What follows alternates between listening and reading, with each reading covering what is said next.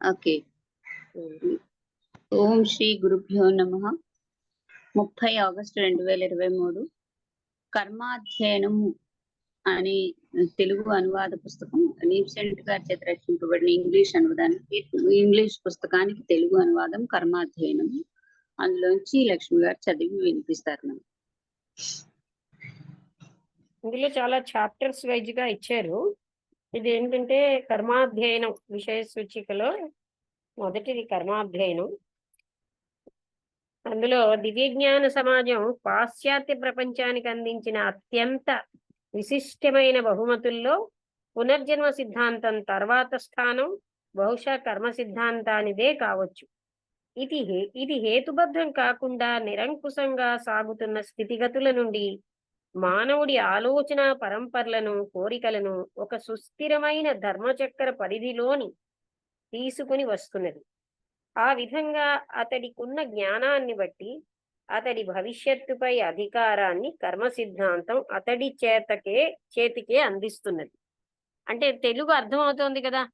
నేను అవసరమైన దగ్గర ఎక్స్ప్లెయిన్ చేస్తానంటే మానవుడి చేతిలోనే తన కర్మని, అంటే అతడికి అధికారం, భవిష్యత్తుపై అధికారాన్ని కర్మ సిద్ధాంతం అతడి చేతికే అందిస్తుంది.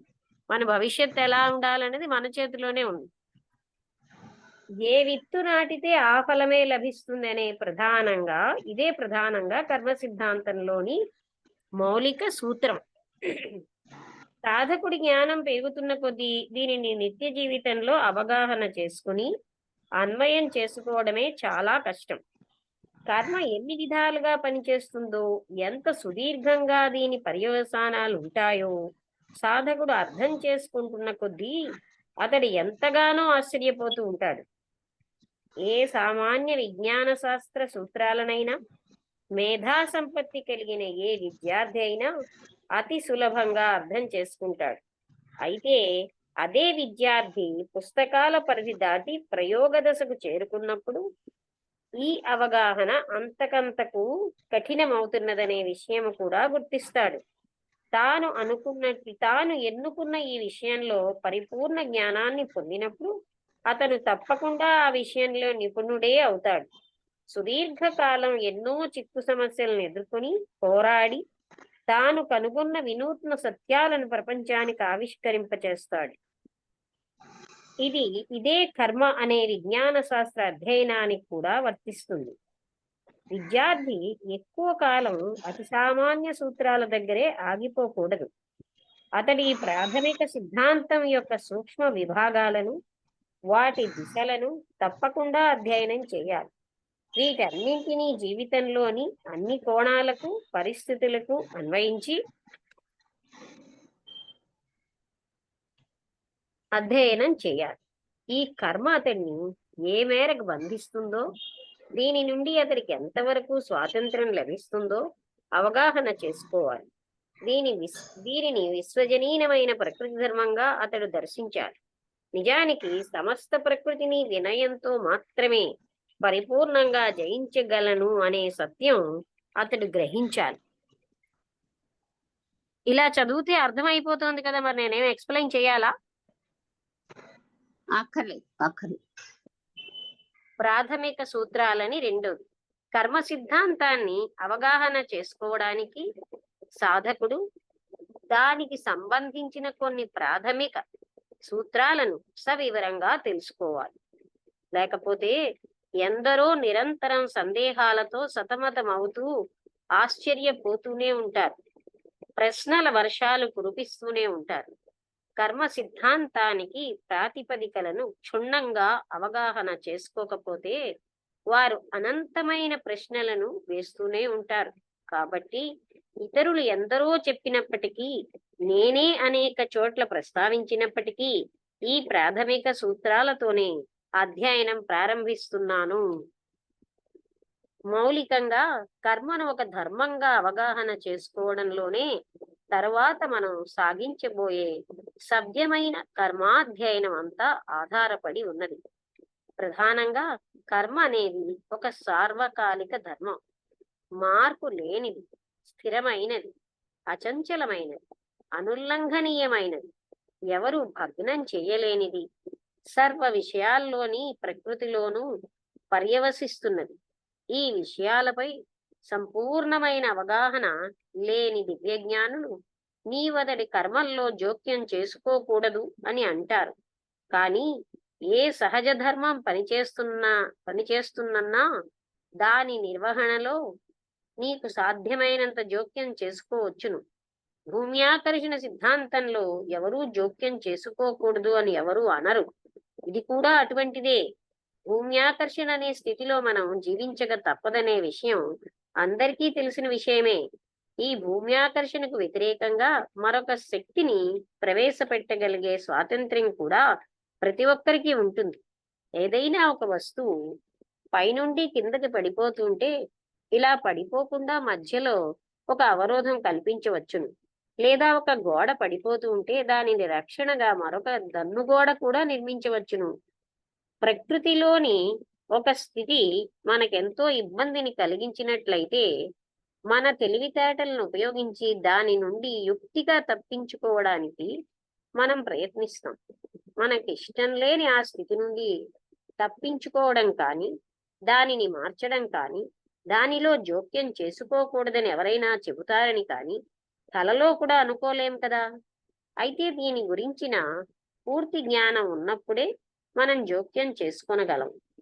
ఏ ప్రకృతి శక్తినైనా అది పని చేస్తున్నప్పుడు దానిని నాశనం చెయ్యలేము. అది పని చెయ్యకుండా నిరోధించను లేము.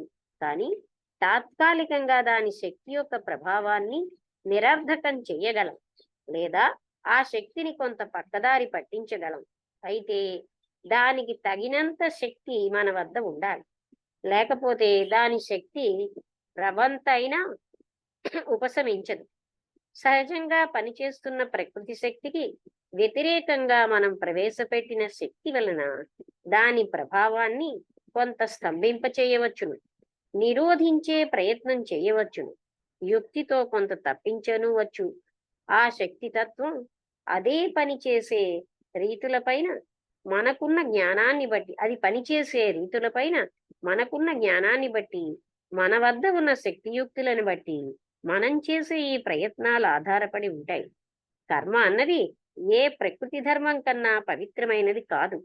ప్రకృతి ధర్మాలన్నీ భగవత్తత్వాన్ని అభివ్యక్తీకరించేవే.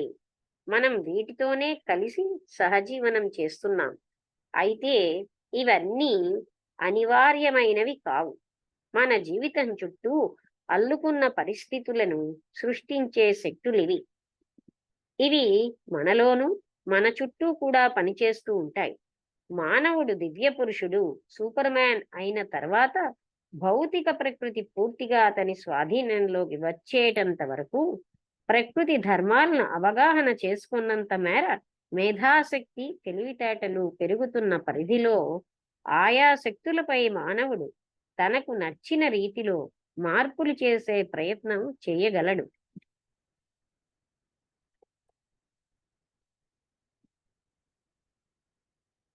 మానవ నిర్మిత ధర్మాలు, ప్రకృతి ధర్మాలు హెడ్డింగ్. ఈ విషయంలో కొంత అయోమయ వాతావరణం నెలకొన్నది.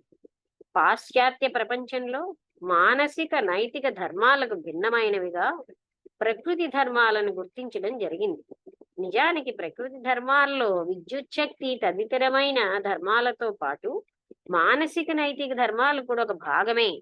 అనేకులు ప్రకృతి ధర్మాన్ని మానవ నిర్మిత ధర్మము లేదా చట్టంతో పోల్చి చూసుకుని కంగారు పడుతూ ఉంటారు.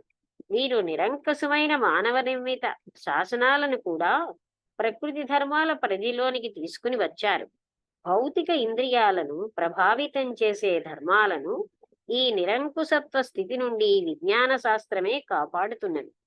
కానీ మానసిక నైతిక ప్రపంచాలు ఇంకా చట్టం లేని గందరగోళ పరిస్థితుల్లోనే ఉన్నాయి. మన అస్తిత్వాన్ని నియమిస్తున్నది ఏదో దైవాజ్ఞ కాదు, సర్వవ్యాపకమైన భగవతత్వమే.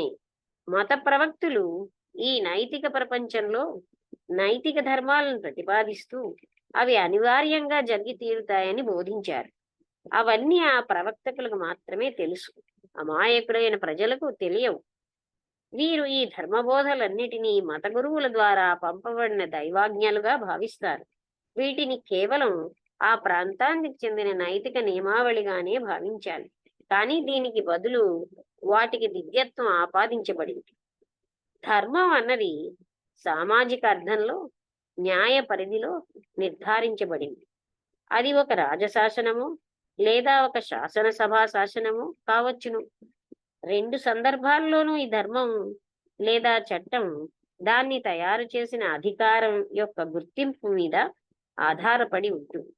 హిందువుల్లో ప్రకృతి ధర్మాలు ఉన్నాయి, మానవ నిర్మితాలు ఉన్నాయి. మనువు అని అభిప్రాయానుసారం రాజు సర్వశాసనకర్త, ప్రజలు శిరసా వహించాలి. రాజు చేసిన చట్టం కన్నా ఉన్నత ధర్మం ఉన్నది, దానిని అతడు కూడా శిరసా వహించక తప్పదు. స్వయంచాలితమైన ధర్మం సృష్టి అంతా నిండి ఉన్నది. సర్వాధికారి ఆ రాజే అయినప్పటికీ ఈ సృష్టి అంతటినీ పరిపాలించే ధర్మం ఒకటి ఉన్నది.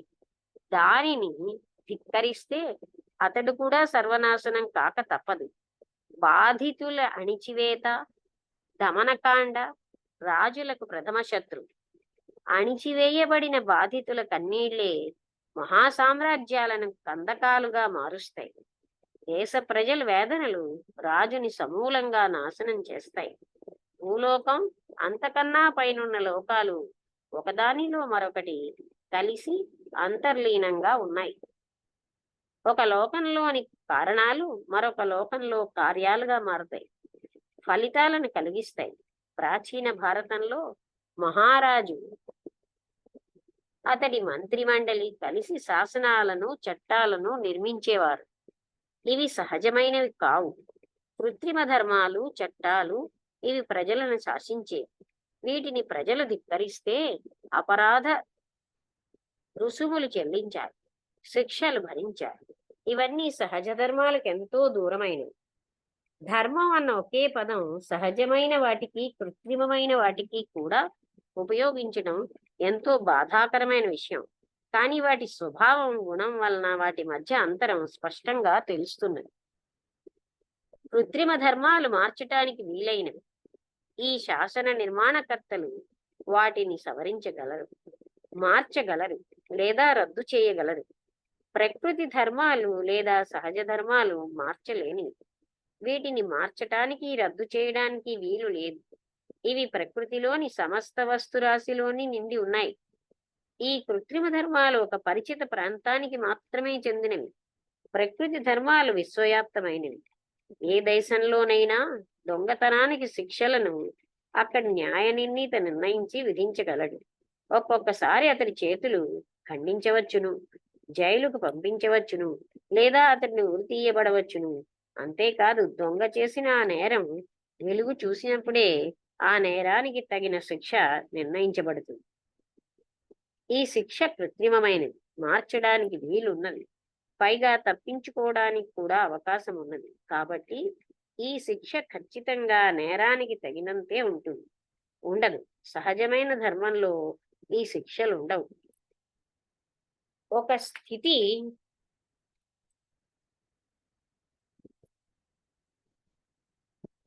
వలన లేదా కర్మ వలన అనివార్యంగా మరొక స్థితి లేదా కర్మ సంప్రాప్తిస్తుంది.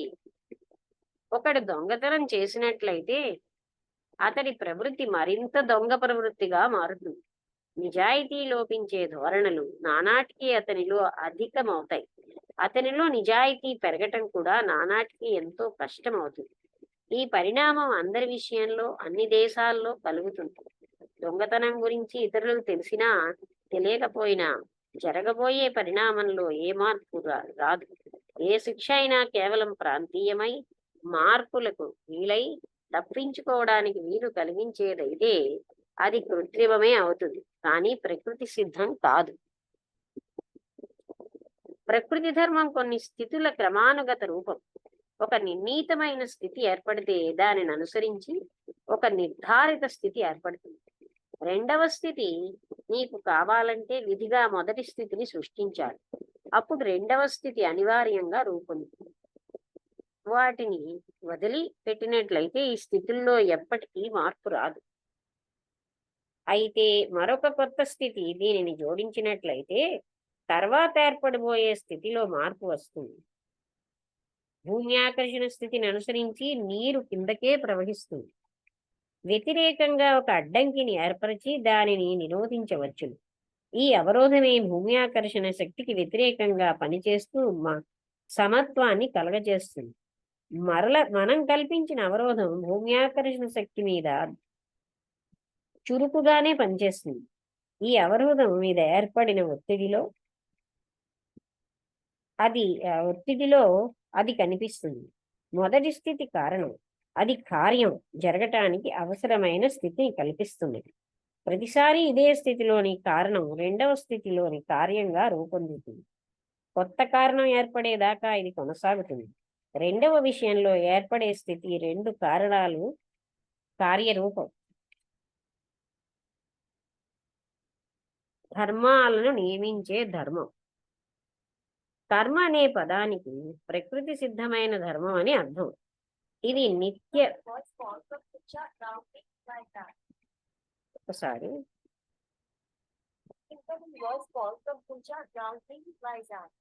కుంచారావు చెప్పండి. మేడం ఉదయం వస్తామండి, ఇక్కడ కొంచెం రాయితీ దగ్గర ఉండిపోయాం. అలాగే తర్వాత మునగా కూడా పట్టుకొస్తానండి. ములగ కాడలు రెండేనా తేరా? అదే మునగా ఆకు కాడ కూడా కావాలి. కాడనేమో నేను గ్రైండ్ చేస్తున్నాను. కాడని ఏం చేస్తారు? చిన్న ముక్క గ్రైండ్ చేసి వేస్తున్నాను. ఆ కాడ అంటే ఆ జంటలు కొంటారు మధ్యలో, అదేనా? కాడలు అమ్ముతారు కదా, ములక్కాడలు. ములం కాడలా? అలాగా. ఎన్ని తేవాలి? రెండు చాలు. రెండు సరిపోతున్నాయా? అయితే ఆకుతో పాటు ఇది కూడా తెస్తాను. సరే, రేపు ఉదయం. ధర్మాలను నియమించే ధర్మం. కర్మ అనే పదానికి ప్రకృతి సిద్ధమైన ధర్మం అని అర్థం. ఇది విశ్వవ్యాప్తమైన కారణ రూపం. ఇది కార్యకారణ ధర్మం. ఇది అన్ని ధర్మాల్లోనూ అంతర్లీనమైనది. ప్రతి కార్యకారణ రూపంలోనూ ఉన్నది. అన్ని విషయాల్లోనూ వాటి ఉపశాఖల్లోనూ ఈ ప్రకృతి ధర్మం వర్తిస్తుంది. ఇది ఒక ప్రత్యేకమైన ధర్మం కాదు, విశ్వవ్యాప్తమైన స్థితి. ఈ ధర్మం పైనే సర్వధర్మాలు ఆధారపడి ఉన్నాయి. మిగిలిన ధర్మాలన్నీ కేవలం పాక్షిక అభివ్యక్తీకరణలే. సర్వ జీవరాశుల్లో ఎవరూ దీని నుండి తప్పించుకోలేరని భగవద్గీత చెబుతున్నది.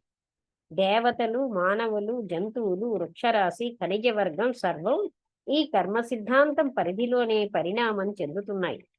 సగుణుడై అవతరించిన భగవంతుడు కూడా మహోన్నతమైన దీని పరిధిలోకే వస్తున్నాడు. ద్రవ్యరాశికి సంబంధించిన వాడు సశరీరుడైన ప్రతి ఒక్కడు కర్మ సిద్ధాంత చక్రంలోకి రావలసింది. ఏ జీవి అయినా కర్మ నుండి కొంత తప్పించుకోవచ్చును, లేదా దాని రూపాలను మార్చవచ్చు. కానీ ఈ సృష్టిలోకి వచ్చిన తర్వాత ఈ ధర్మం పరిధి దాటిపోలేదు. విశ్వవ్యాప్తమైన పరస్పర సంబంధిత రూపం సృష్టిలో జరిగేదంతటినీ ఒక్కటిగా విశ్వవ్యాప్తమైన కార్యకారణ సిద్ధాంతం ద్వారా బంధిస్తుంది. ఈ సృష్టిలో ఆవిర్భవించిన సమస్తం ఎల్లప్పుడూ పరస్పర సంబంధితమే. అదే కర్మ. కాబట్టి రాబోయే కొత్త సృష్టిలో కూడా ఇది సహజీవన రూపం, ఏకకాలంలో వ్యవహరించే రూపం. కర్మ విశ్వంలాగానే సార్వకాలికం. ప్రతిదానికి మరొక దానితో సంబంధం ఎప్పుడూ ఉంటుంది. దీనికి ఆది అంతం అంటూ లేదు. అసత్యమైన దానికి అస్తిత్వం అన్నదే లేదు. సత్యమైనది ఎన్నటికీ నశించదు. ఏ ఒక్కటి సంబంధరహితంగా ఒంటరిగా లేదు. అస్తిత్వం కలిగిన ప్రతిదానిని మరొక దానితో కర్మ బంధిస్తుంది. విశ్వం ఆరంభమైనప్పుడే కర్మ ఆరంభమై ఇందులో అంతర్నిబిడీకృతమైంది.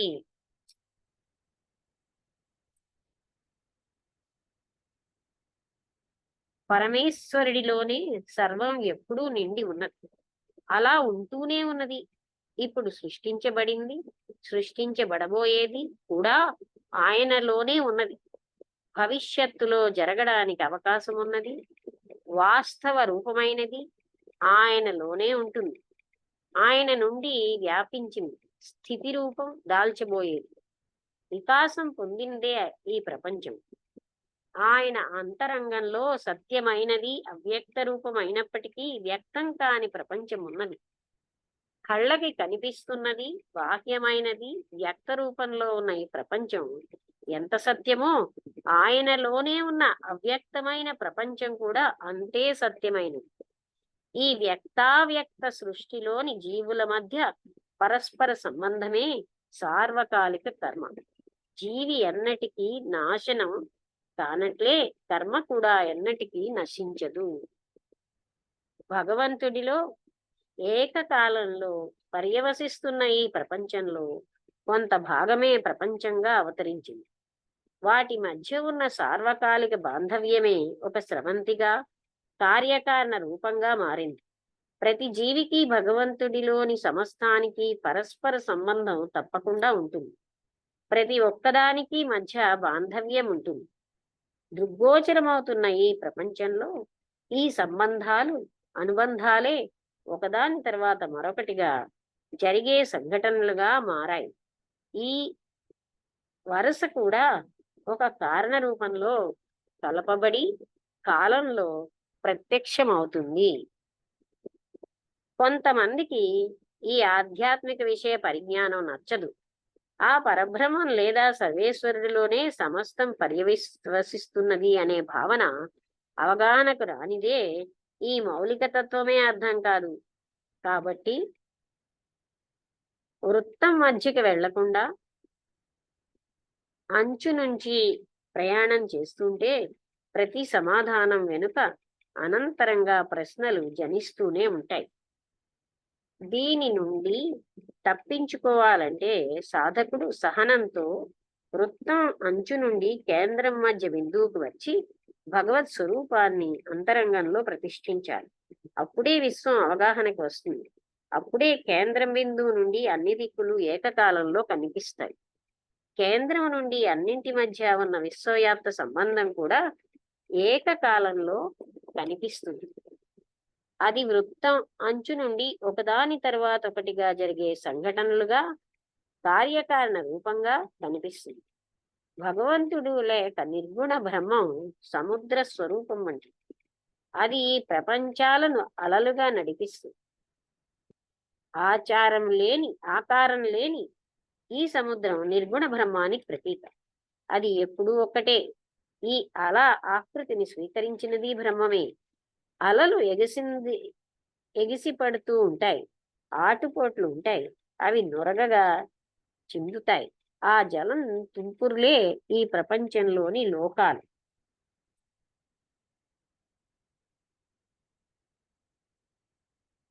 ఈ చాప్టర్ చదివేసి ఆపేస్తాను. దీని ఒక పెద్ద నయాగరా జలపాతంలా భావించవచ్చు. కిందికి ప్రవహించబోయే ముందు పైన జలం ఒక సమీకృత రూపంగా ఉంటుంది. ఆ తర్వాత అది అసంఖ్యాకమైన జలబిందువులుగా విడిపోతుంది. ఒక్కొక్కటి కాంతిని ప్రతిఫలిస్తుంది. ఈ నీటి బిందువులే లోకాలు. అవన్నీ కలిసి ప్రతిఫలింపచేసే ఇంద్రధనుస్సే రంగుల్లో కనిపించే జీవితం. జలం ఒక్కటే, బిందువులు అనేకం. జీవితం ఒక్కటే, జీవులు అనేకం. భిన్న రూపాల్లో కనిపించినప్పటికీ భగవంతుడి అభివ్యక్త రూపంలోనూ అవ్యక్త రూపంలోనూ కూడా ఒక్కడే. సగుణ బ్రహ్మంగా అవతరించినప్పుడు అనేక రూపాల్లో ఉన్న నిర్గుణ బ్రహ్మంగా ఉన్నప్పుడు ఆకారమే లేకపోయినా భగవంతుడు ఒక్కడే. విశ్వం విశ్వేశ్వరుడు ఒక్కటే. భగవంతుడు సమైక్య స్వరూపం, లోకాలు భిన్న స్వరూపం.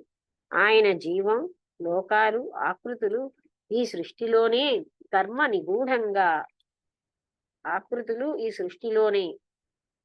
నిగూఢంగా దాగి ఉన్నది.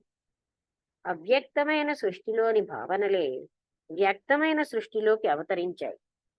సృష్టిలో కర్మ చైతన్యవంతం.